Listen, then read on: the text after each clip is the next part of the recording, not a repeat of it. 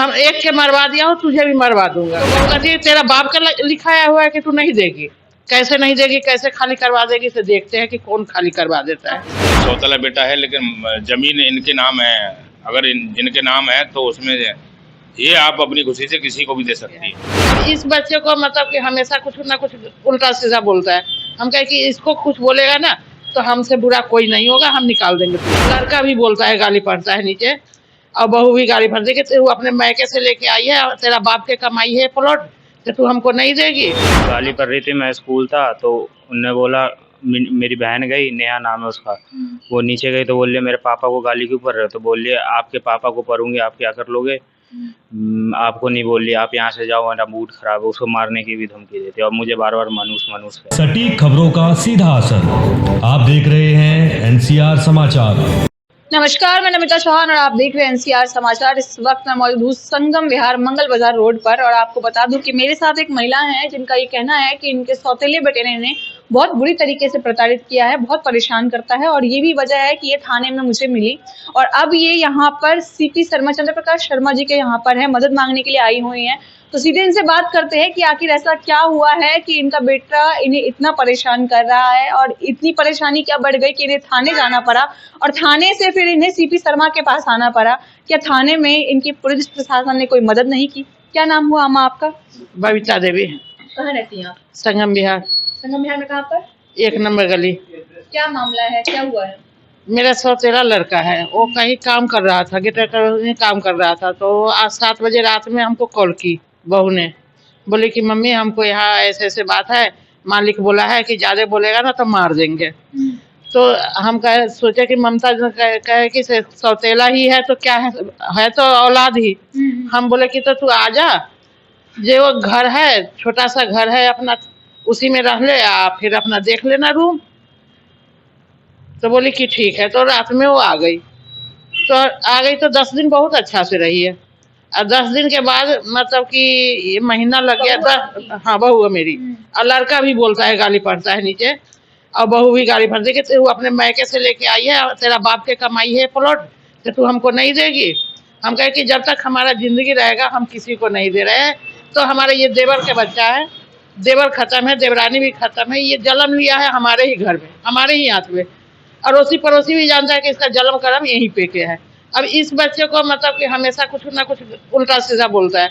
हम कहे कि इसको कुछ बोलेगा ना तो हमसे बुरा कोई नहीं होगा, हम निकाल देंगे तुमको। हम उसको कहते हैं कि हाथ जोड़ के कि तुम अपना रूम देख लो। तो कह रहे कि तू हमको बेटा मत कहना, हम तुम्हारा बेटा नहीं है, हम मीरा देवी के बेटा है।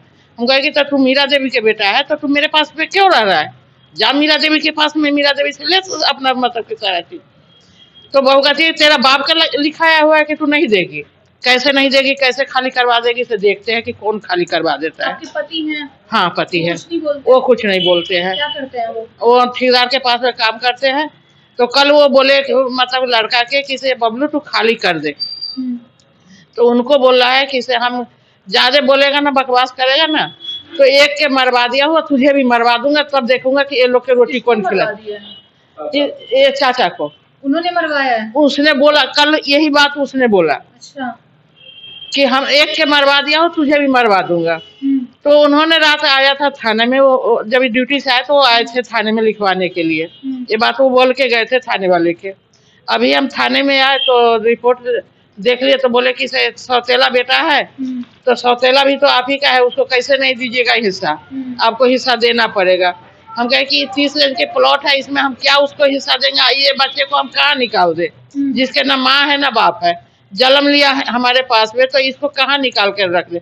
अब आप ही लोग बताइए। इसलिए हम मदद के लिए आए हैं कि हम इस 30 गज प्लॉट में हम अपना गुजारा कर रहे हैं कैसे करके।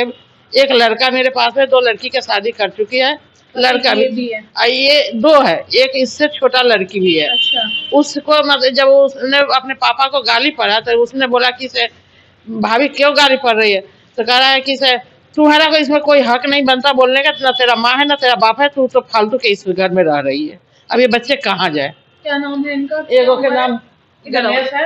बोलो बेटा, क्या नाम है? गणेश। कितनी उम्र है आपकी? 18। क्या करते हो अभी? स्कूल में हो, 10th क्लास। स्कूल में 10th क्लास में हो। क्या हुआ था, क्या बोला आपको भाभी भैया ने? मुझे नहीं, मेरी बहन को बोला था। क्या बोला था?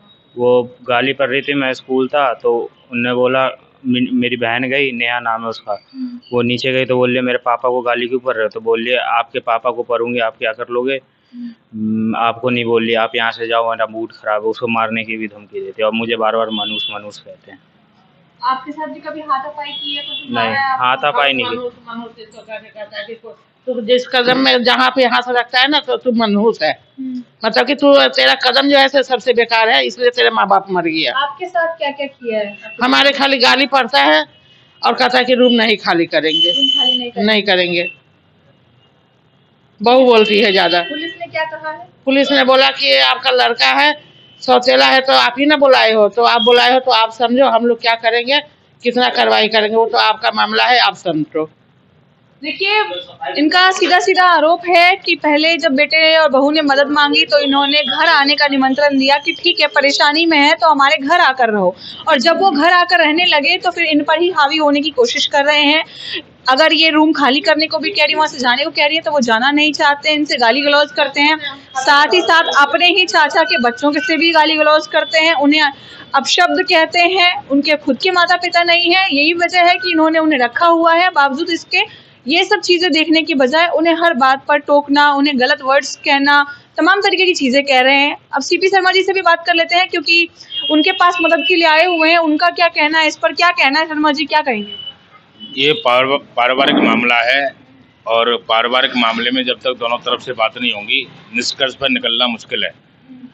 उस पर देखेंगे, उस लड़के से बात करेंगे जिसने गाली गलौज करी है इनको। इनका सौतेला लड़का है, वो प्रॉपर्टी चाह रहा है, इनसे क्या चाह रहा है, किस लिए बदतमीजी कर रहा है, और आया है 2-4 दिन के लिए मदद मांगने इनके यहाँ पर रहने के लिए, तो फिर खाली क्यों नहीं कर रहा, जा क्यों नहीं रहा, तो सारी बातें उनसे होगी। अभी ये मेरे पास आए हुए हैं, मदद के लिए किसी ने भेज दिया होगा कि वहाँ चले जाओ, तो अब ये मेरे पास आए हुए हैं। अभी देखते हैं क्या हम इनकी ज़्यादा से ज़्यादा मदद कर सकते हैं, जो भी गलत होगा उसके खिलाफ खड़े हो जाएंगे, और इतना ही कर सकते हैं हम जी, क्या कर सकते हैं। क्या लग रहा है, सौतेला बेटा है, जमीन देना तो जायज है? नहीं, सौतेला बेटा है लेकिन जमीन इनके नाम है, अगर जिनके नाम है तो उसमें ये आप अपनी खुशी से किसी को भी दे सकती है। अगर ये देना नहीं चाहती? हाँ, अगर ये देना नहीं चाहती तो कोई किसी का हक नहीं है। हाँ, जब तक ये जिंदा है तब तक इन्हीं के नाम ये जिसको रखें उसको चाहें वही रह सकता है।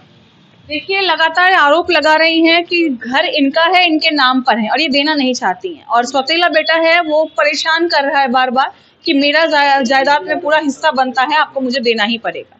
जाहिर सी बात है, बेटा हो, बहू हो, बेटी हो, चाहे कोई भी हो, अपना हो या सौतेला हो, अगर किसी की जमीन है कि कोई भी माँ बाप अगर अपनी राजी से नहीं देना चाहता है तो बेटे का भी कोई हक नहीं बनता है कि वो उससे जबरदस्ती करे, जोर जबरदस्ती करे, उन्हें गाली गलौज करे या उनके साथ किसी और तरीके का व्यवहार करे जिससे कि वो जमीन उनके नाम पर हो जाए।